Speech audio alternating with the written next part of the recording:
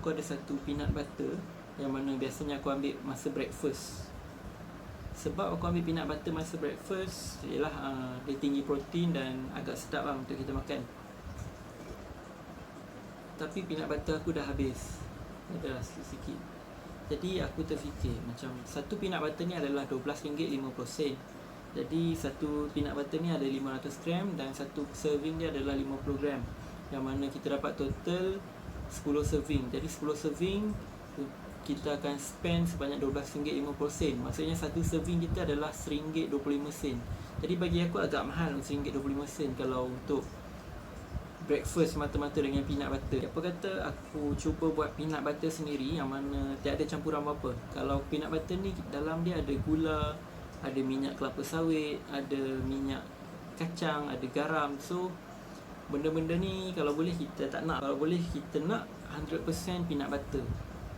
Terutamanya untuk orang-orang yang diet kan, yang diet daripada minyak apa semua tu, daripada gula. Kalau kita ambil daripada yang bahan-bahan yang dibuat ni adalah gula, ada minyak.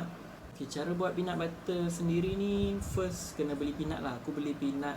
Peanut ni adalah kacang tanah. Kita panggil dia peanut, bahasa Inggeris kita panggil peanut. Aku beli peanut tu sebanyak 2 kilo, lebih kurang RM8.50. Jadi bagi aku murah 2 kilo, yang mana yang ni adalah 500 gram. Yang aku beli 2 kilo, 2000 gram. Jadi 2000 gram aku dapat RM8.50. 2000 gram kita boleh buat peanut butter sebanyak 2 kilo peanut butter. Jadi kau bayangkan 2000 gram peanut butter hanyalah RM8.50, yang mana 500 gram ni saja dah RM12.50. Jadi berbaloi lah untuk buat sendiri. Lepas dah beli kacang peanut butter tu, first peanut butter ni kita kena asingkan yang tak elok dengan yang elok lah. Sebab biasanya peanut butter yang kita beli ada yang rosak, ada yang hitam lah, ada yang berkulat lah. Jadi kita akan ambil peanut butter yang elok, kemudian kita akan cuci dia.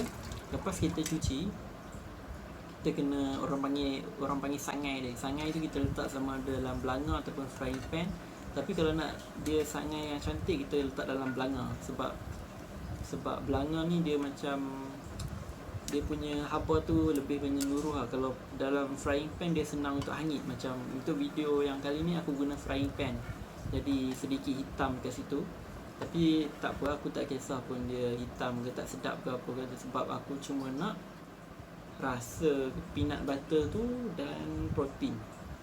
Kalau rasa dia tak kurang sikit ke, kurang minyak ke, kurang gula ke, kurang manis ke, kurang garam ke, aku tak kisah.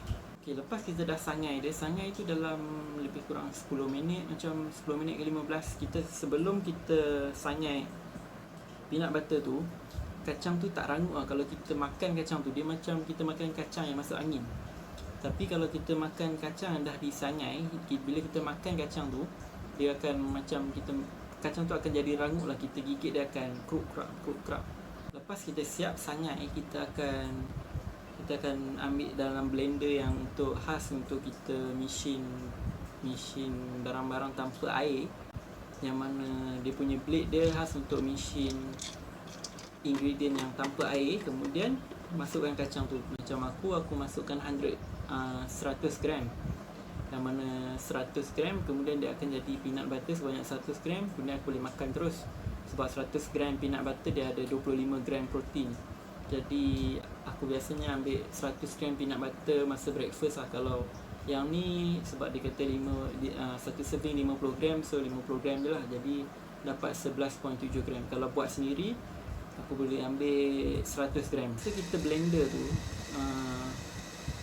biasanya kita kena kacau, macam sama ada blender kita boleh goncang-goncang untuk kita sebatikan adunan tu, ataupun kita kena buka blender tu, kemudian kita masukkan sudu untuk alihkan kacang-kacang tu, bagi semua kacang di blend dan jadi peanut butter. Biasanya proses ni makan masa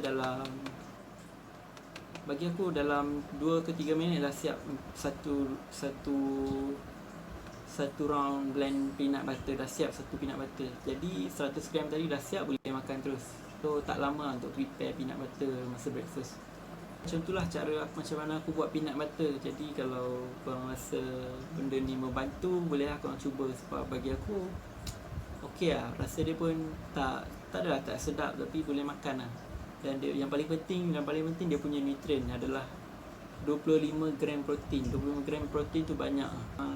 Kebiasaannya satu whey protein, satu scoop tu adalah 25 gram protein. Jadi bayangkanlah banyak mana. Tapi disebabkan, ni extra tips, disebabkan peanut butter ni orang panggil biological value dia rendah, yang mana kadar penyerapan protein dalam badan dia adalah rendah. Jadi aku letakkan consumption ataupun aku makan peanut butter ni adalah masa breakfast, yang mana masa yang kurang memerlukan protein berbanding masa lepas workout ataupun sebelum tidur, masa recovery. Sebab masa-masa tu adalah masa yang memerlukan protein dengan lebih cepat, yang mana kalau kita minum whey protein, kita minum biological value dia lebih tinggi, kemudian kita minum terus masuk dalam badan, masa ataupun tisu-tisu terus dapat protein untuk kita recover. Untuk peanut butter, biological value dia rendah, sesuai untuk kita penuhkan protein intake harian kita.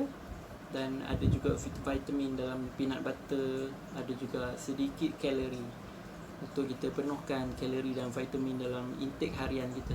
Baik, jadi itu sajalah untuk video kali ni. Kalau korang rasa video ni bermanfaat, korang boleh tekan butang subscribe. Kalau korang rasa video ni bagus, boleh tekan share, boleh komen, ataupun ada yang salah, ada benda yang nak betulkan, nak bincang ke, nak tanya soalan ke, boleh komen di ruang komen di bawah. Itu sajalah. Thank you so much for watching.